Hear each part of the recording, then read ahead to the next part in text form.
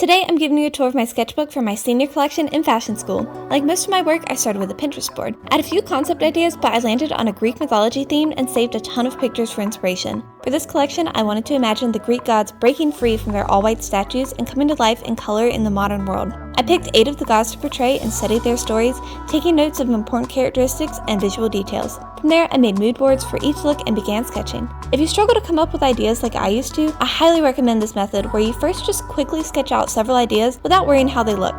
From there, I like to pick out the things I like and combine them into a final design. Sometimes my final design will look very similar to just one of the sketches, and sometimes it looks like a bit of everything. And sometimes a sketch for one garment turns out to work better for another, like this example with the Persephone sketch that I ended up using for Aphrodite. Once I knew which details I wanted for each look, I sketched them onto a full page with front and back views. And lastly, I generally prefer to do my coloring digitally so I can go back and change it easily without having to redraw anything. This collection was definitely the most ambitious thing I had ever designed, and there were so many techniques for making these garments that I had never even attempted before. But I did my research, and maybe it was naive, but I felt sure that I could pull this off. Now that I had the full collection side by side and got the concept approved, I took a day trip to Georgia to go fabric shopping. This was my first time at Fine Fabrics, and I was blown away by their selection. It was definitely worth the trip. My last step was to plan out the method of making each garment, which I did by sketching the pattern pieces and imagining the steps it would take to make each dress. I don't know if most people make clothes this way, but it's always been helpful for me to visualize the process before I actually start making anything. Well, that's everything in my sketchbook, but I'm going to spend the next few weeks showing you how I made this collection come to life. Trust me, it was a crazy process, so make sure you click that follow button if you don't want to miss anything.